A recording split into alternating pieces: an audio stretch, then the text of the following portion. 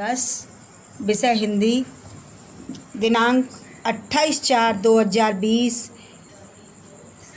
बच्चों, कल आपने सूरदास के विषय में अध्ययन किया था। जीवन चरित्र, साहित्यिक विशेषताएं, रचनाएं आदि के विषय में अध्ययन किया था। आज हम तुलसीदास के विषय में अध्ययन करेंगे। तुलसीदास का जीवन परिचय एवं उनकी रचनाओं का वर्णन कीजिए। तुलसीदास दो शब्दों से मिलकर बना है, तुलसी प्लस दास, यानी तुलसी का दास। तुलसीदास के जन्म स्थान के विषय में 3 मत प्रचलित हैं। कितने मत? 3 मत प्रचलित हैं। मूल गोसाई चरित और तुलसी चरित में इनका जन्म राजापुर बताया गया है। शिवसिंह सेंगर और राम गुलाम द्विवेदी भी राजापुर को ही गोस्वामी का जन्म स्थान मानते हैं।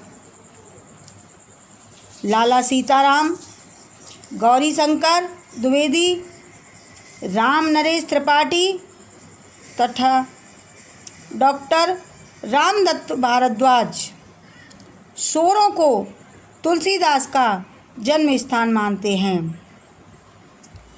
कहा है, मैं पुन निज गुर सन सुनी, कथा सु कर खेत। इन पंक्तियों के अनुसार सूकर खेत का प्राय शोरों मानते हैं। आचार्य शुक्ल ने सूकर खेत को ब्रह्मवश शोरों समझ लिया। आचार्य शुक्ल ने सूकर खेत को ब्रह्मवश शोरों समझ लिया। बैनी माधव की रचना के अनुसार तुलसीदास का जन्म संवत 1554 माना गया है। कहा है, 1554 विषय कालिंदी के तीर, श्रावण शुक्ला सप्तमी, तुलसी धर्यो शरीर। शोरों स्थान आजमगढ़ जिले में स्थित है। एक जनश्रुति के आधार पर तुलसीदास के पिता का नाम आत्माराम दुबे एवं माता का नाम हुलसी था। कहा है, गर्भ लिए हुलसी फिरे, तुलसी सासुत होय। अंत साक्ष्य के अनुसार तुलसीदास का बचपन अनेक आपदाओं के बीच व्यतीत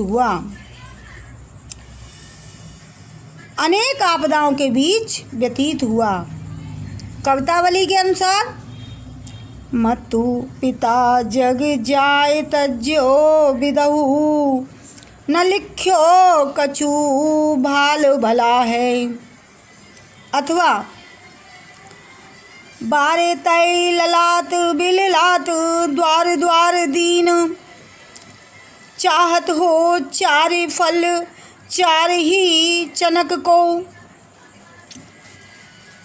इनका पालन पोषण एक दासी ने किया था तथा ज्ञान एवं भक्ति की शिक्षा बाबा नरहरदास ने की।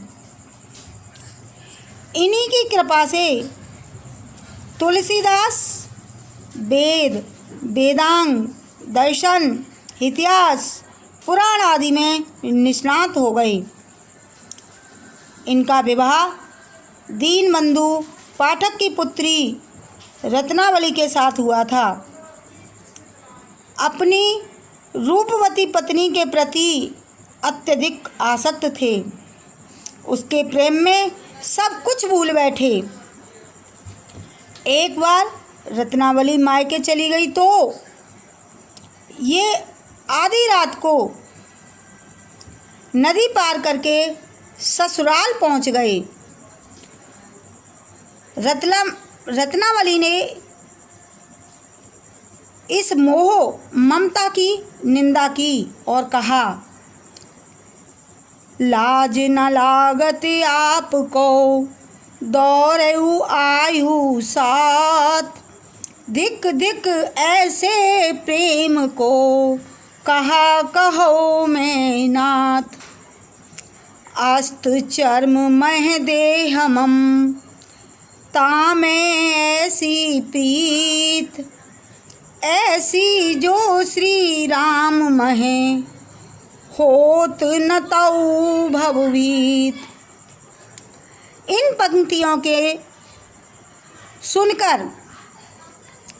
पंक्तियों को सुनकर तुलसीदास की आंखें खुल गईं और उनको वैराग्य हो गया। प्रयाग में साधु वेश धारण किया, मानसरोवर के पास काकभूषण जी के दर्शन किए। चित्रकूट में पहली बार भगवान श्री राम को ना पहचान सके, तब हनुमान जी ने तोते का रूप धारण करके ये दोहा पढ़ा,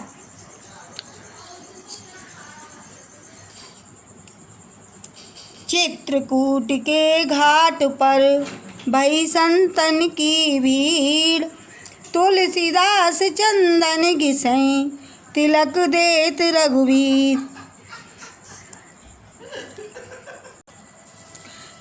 तुलसीदास कृत रामचरितमानस की ख्याति दिनों दिन बढ़ने लगी।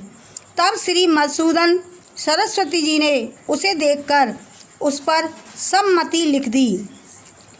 आनंद कानने हिय अस्मिन् जंगमः तुलसी तरुः, कविता मंजरी भांति राम भ्रमर भूषिता।